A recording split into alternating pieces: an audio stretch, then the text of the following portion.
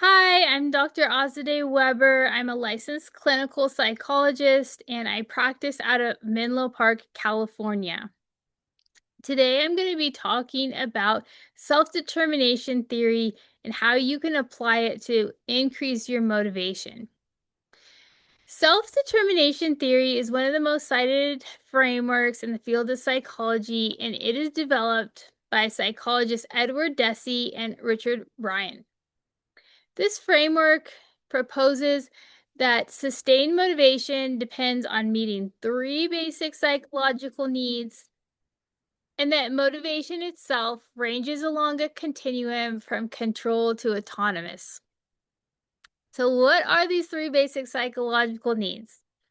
First, you have autonomy. Autonomy feels like the choice or action is genuinely mine, not something forced on me. Being that I'm in Menlo Park, California for my practice, I see a lot of technology workers who are burnt out.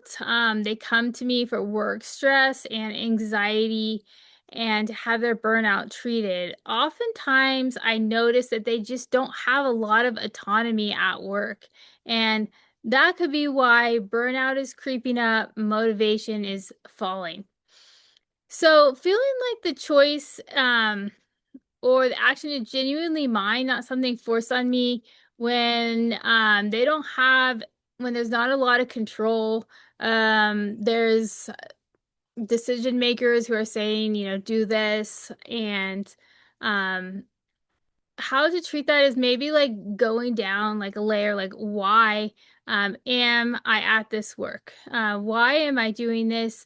And ultimately breaking it down to, okay, well, I have some of these goals, get this money, achieve these things, maybe put my kid through college, maybe put a down payment on a house or pay off a student loan or something like that.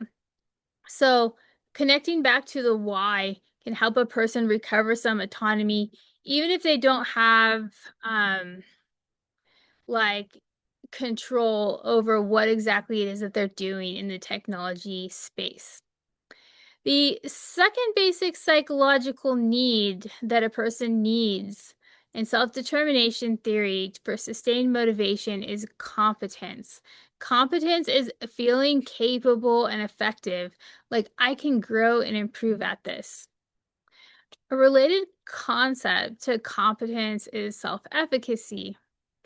Self-efficacy was proposed by or developed by Alfred Bandera at Stanford University.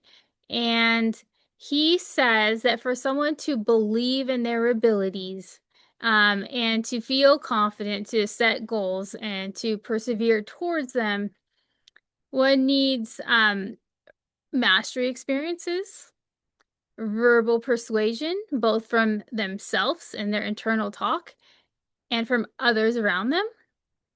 And they need regulation of their physiological and psychological states. And they also need vicarious experiences. It's much more concrete and attainable and tangible to achieve something and feel confident if you know people and are surrounded by people who are doing this thing. So, leaning into self-efficacy can help with this second psychological need to maintain motivation. The third psychological need is relatedness.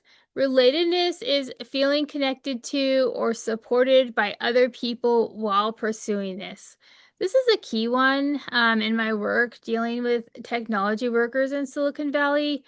Oftentimes they feel a disconnect when they come to my office between themselves and their supervisor, and they feel like their supervisor doesn't ever give them encouragement and only gives them criticism, or they feel that their supervisor doesn't ask them what their goals are or try to develop them.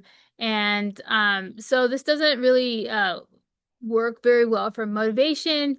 It oftentimes I see it lead to burnout. It's something that we have to work on in treatment. But in an ideal situation, when this need is met for relatedness, one can sustain motivation. Relatedness can be separate from supervisor, although the supervisor is important. You can create a bubble with your colleagues. You can get relatedness by, like, oh, if I succeed at this thing, I'm motivated for my family will be proud of me, or um, it will help me like socially in some way with friends or something like that. So there you go, folks. Those are the three basic psychological needs one needs to maintain sustained motivation. The second part of self-determination theory is the motivation continuum. So Deci and Ryan say that not all motivation is equal, and that motivation exists on a spectrum from controlled motivation driven by outside pressure, guilt, or reward on one end to autonomous motivation driven by personal meaning and genuine interest.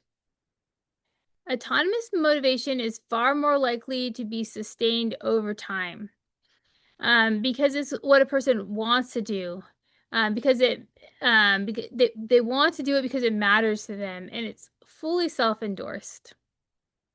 Controlled motivation, on the other hand, is driven by guilt, shame, or fear of punishment. It is like the frame here is I have to do this. Like, I have to do this or I am going to be terminated, and then I will lose my visa and I won't be able to stay in the United States anymore. Versus I want to be here at work today because I care about this technology we're working on. I like my team at work, and I feel like what I'm doing um, has opportunity to develop my skills. Okay, something like that. There is also mixed motivation, which is part controlled and part autonomous. Mixed motivation is like, I should do this, and a part of me agrees that I want to do this, and it aligns with my values. The goal is starting to feel more like mine, even though there is some cognitive distortion going on around the shoulds, because there is some shame that's going to come up in the shoulds. An example of this is, like, on one hand, if I want to exercise 5 days a week, and I'm like, if it's very controlled motivation, it's like, I have to exercise 5 days a week because um as let's say, like, people are going to gossip about me if I don't lose some weight or if I'm not in better shape, versus autonomous motivation where I want to work out because I like the extra energy I have when I'm in good shape, and I just like the experience of moving through my day when I'm in a better physical condition. I hope that summarizes self-determination theory for you. I would love to hear how you can apply this framework to enhance your motivation. Please drop me a line in the comment section. Thanks and have a great day. Bye.